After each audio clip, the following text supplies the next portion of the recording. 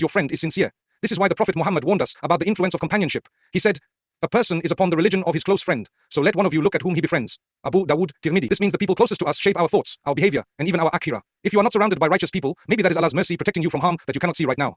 Many women find themselves feeling lonely because they don't fit in with the crowd. They may dress modestly when others do not. They may avoid gossip, stay away from backbiting, and be serious about their deen, while others are lost in the trends of this dunya. But remember, the one who holds firm to their faith in a time of trials is beloved to Allah. The Prophet described the end of times as a period when holding on to the religion will be like holding on to hot coal. So if you're finding it hard to connect with others because of your values, don't feel down. It means your priorities are aligned with Allah, and that is a sign of strength, not weakness. Sometimes, a woman may find herself surrounded by people who drain her energy, make her question her self-worth, or lead her towards sinful habits. Maybe they're always talking about others behind their backs, pushing her toward disobedience, or making her feel like she has to change to be accepted. In that case, being alone is far better. The Prophet said, the example of a good companion and a bad one is like that of the seller of musk and the blacksmith. The seller of musk will either give you some perfume, or you buy some from him, or at least you enjoy a good smell. But the blacksmith will either burn your clothes, or you will get a bad smell from him. Bukhari, Muslim.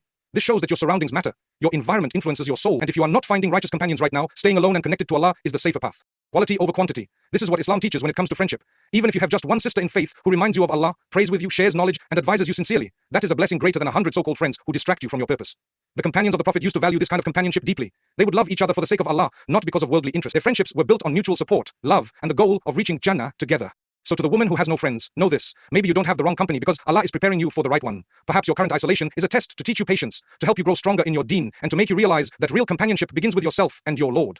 And when you are ready, Allah will bring people into your life who are right for your soul, not just your social life.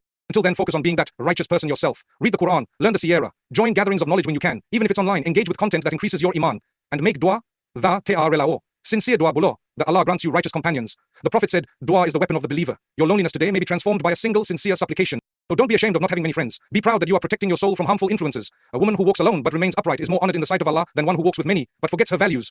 Stay firm, stay hopeful, and trust that Allah is guiding your path, even in the silence. There is a beautiful comfort in knowing that even when the world turns its back on you, Allah never does. For a woman who finds herself with no friends, who sits in silence while others share laughter in groups, who longs for companionship but finds only her own shadow, it can feel lonely. But that loneliness is never complete, because the believer is never truly alone. Allah is always near. The Quran reminds us, and we are closer to Him than Jugular vein. Surah Kaf 50:16. This is not a metaphor. It is a reality. The one who created you is always close. Even when everyone else feels far.